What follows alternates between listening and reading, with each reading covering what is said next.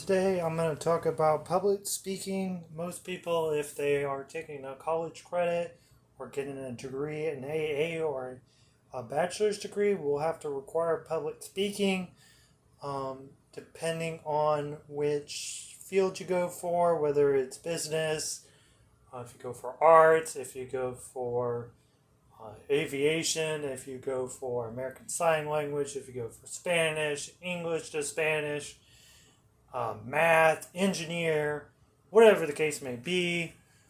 Personally, I've done a couple.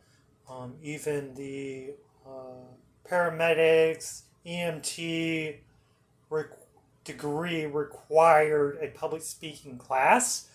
And from each perspective, it's not difficult to public speak. It's just knowing when you have over kind of said something, or if you have practiced, if you are familiar with the topic. So these are some of the tips that they give out. This is just a regular website on Google, the top 20 tips for public speaking. It talks about practicing, so doing it with family, loved ones. You could do it with friends. But like personally, me, I didn't like to practice it. I was always good at it in high school because we always had to do it. Science class teacher always required us to get up in front of everyone and talk about an event or something from science event or something. And that led into me actually speaking in regular college in front of other people, that it wasn't that difficult for me. Other people have problems public speaking, whether they have a disorder or they just have difficulty with it. And not everyone's perfect. Everyone has different traits about them and can do stuff differently. But these are the big ones. Knowing what you're going to talk about, that's a big one. If you just started the topic the night before, and or you're not educated about the topic, like let's say for an example, I was going to give a presentation on engineering. I'm not an engineer. I've done a lot of things, but engineer is not one of them. I can do math. I can do calculations very well with my degree, but I'm not an engineer. So talking something like, how to build a building might be a little difficult for me, especially if I'm just going to touch up on it on, one night. It's going to be very difficult for me. Compared to something, let's say I'm going to talk about what the stock prices are for Apple in the last year or so. And they've been, increasing, but not really increasing as much as they would like because they have shortages based on the China chips. So, like I said, it just depends on if you're familiar with the event. Getting your message across, that's a big one too. Practicing, delivering the speech, maybe thinking what you're going to say before you say it is a good one. Maybe even writing it down, that's a good one. I've done that. That doesn't always work for me personally. Usually I'll write it down and then I'll say something completely different when I get up there. That's normally because I've had a lot of practice and it just comes naturally to me. When I get up there, I think of something else to say that's more relevant to the topic, or I want to get off track because I know this other information that I didn't put in the presentation that I want to share. It's things like that.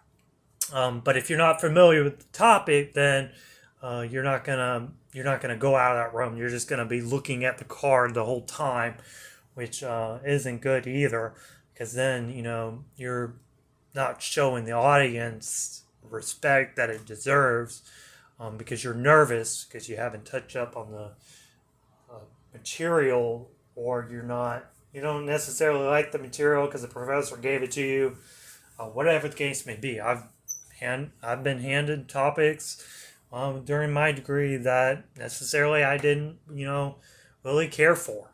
But it's just about, refreshing the topic, being educated about the topic, and then going from there.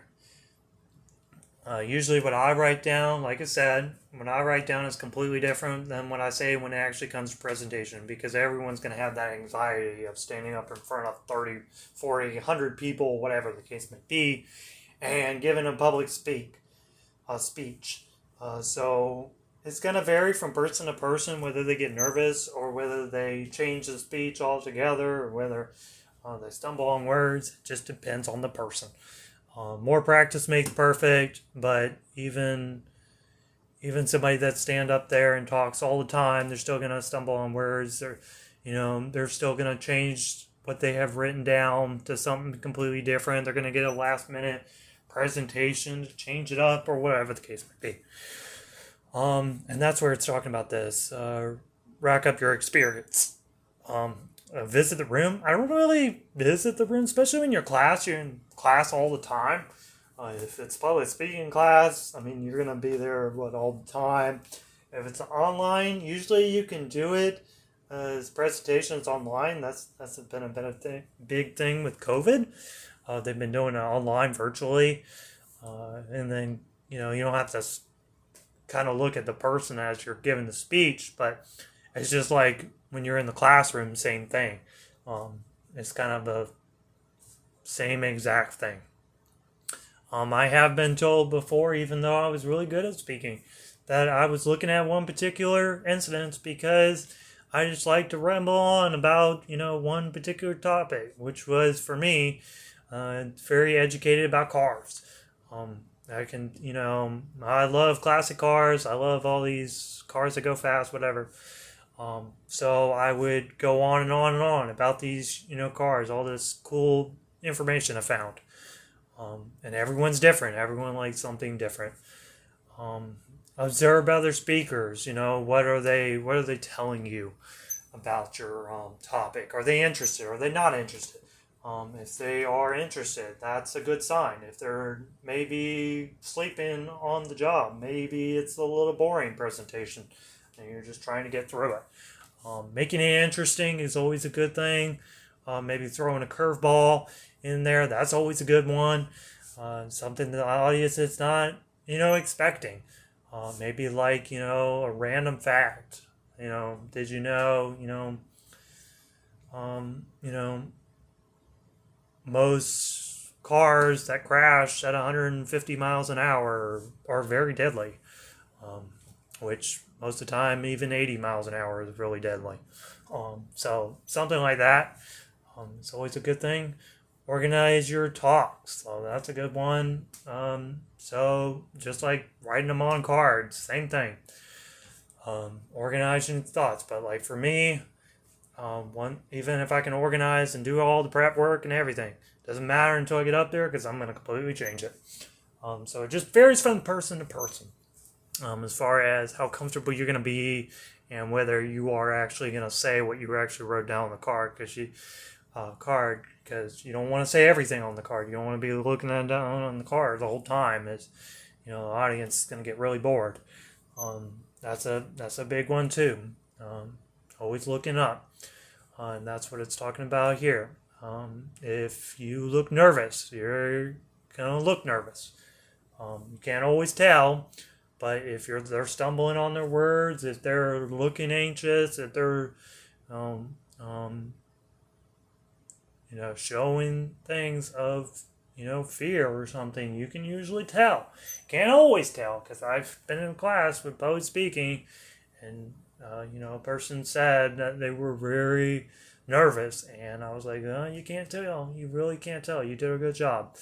And that's always a plus. You don't want to be frightened or anything, but like I said, if you're doing better than you think, that's even better. And that's usually the case. You're usually doing better than you think you are, so just calm down and, just do the presentation. It's not you don't want to say anything bad, but be if you have to slow down a little bit, just slow down. Visit the confidence. Saying powerful words. That's what I was saying. Mix stuff up. Say something that's going to inspire the audience. And then find a friendly friend. So maybe if you have a friend in the class, but usually that doesn't. Like for me, that doesn't really work either, because if I have a friend in the class and I can usually gauge their perspective on whether I'm doing good or bad, and if their face looks bad, then it's going to make your presentation all that much worse. So I don't know if that one's a good one. If they're saying good job, then that's good too. But if they're not, then it might make your presentation even worse. So that's a bad one. And then this is just talking about speaking tips, maybe using less words like and well, basically. A lot of people use the word a lot. They don't know, what to say on the thing, and it's like a filler word. Most people say it more than normal, and they don't even notice it. It just is what it is. The tone also matters a lot. How fast you're speaking it. So somebody taking tone is maybe they're saying it one way but means the other way. So let's say they're being aggressive. Maybe they're trying to get people to fasten their seatbelts. They're trying to be persuasive. And maybe they did a study on how many people were killed when they didn't buckle their seatbelt and they crashed and they got it, went through the windshield. That's a big thing right there. The tone matters. If they're saying it like this, then you're not going to take them seriously. But if you said it like this, aggressive, firm, then maybe they'll take you seriously and put on their seatbelt the next time. So if they get in a crash, they don't fly through the windshield. Because that's always not good. Making the audience laugh, I don't know if necessarily you have to do that, because that can be taken good ways and bad ways. But if you're trying to be a persuasive paper, you don't necessarily need that. Making the audience laugh is kind of, best case scenario. Especially if you're doing a professional speech, like if you're trying to, tell a company how much money you made for 1 year, you don't necessarily want to tell them, a joke or make them laugh in the speech. Oh, we're down $100 million. Oh, that's great. I don't think I would, include that. I don't think that would be a joke. That would be taken very seriously. Smiles are always better than frowns, but usually you can't tell in the heat of the moment because, like I said, everyone has different emotions. They could be smiling for something else. That happens all the time. Maybe they thought of a joke of last night, or maybe they just naturally like you, or maybe some other factor. It all depends on maybe the person. So I don't think that one really applies either, because usually in the heat of the moment, the person's not actually looking at a face usually, unless they're doing like a professional business speech, which then maybe they're looking at the boss because they're giving the speech to the boss or the top leaders or whatever the case may be. I guess a big one is don't apologize, especially in a persuasive paper. Saying I apologize or I apologize a lot, it's gonna kind of throw away your main points of your conversation. So that's a big one too. I don't like using apologies if I stumble over words, because that makes it more obvious that you said something that maybe you weren't prepared. That's a big one for sure. And that's pretty much it. Like I said, it's just being calm, and practice makes perfect. It's a big one. almost every business nowadays requires you to stand up in front of people and give a speech some way or another. Uh, some part of your professional career. Uh, it's not difficult and it can be done, but it's always taking that first step or something that makes it difficult, especially when you are, you are learning at the beginning. And this site was the top 20 public speaking tips for students by this foundation. Just in case you want to look it up, it's right there. And this is what I was going based off of. But not all of my things were on this. I added some pointers as well and kind of went as I went. See, that's like a baseline. I was taking something like this is a classroom. It doesn't really apply to me. And then adding it to the conversation. Because when you give a presentation, stuff are going to be different. And it's just based on the person. I did not write any cards for this. I didn't do any pre-work or anything. I was going as I went. I look at the objective. Oh, maybe, I was prepared. Public speaking. I've done plenty of public speaking. It's not that difficult. When you're first learning it, yeah. And some are still better than I am, for sure. They more energetic. They give out, because they've had practice. Practice makes perfect. That's what they always say.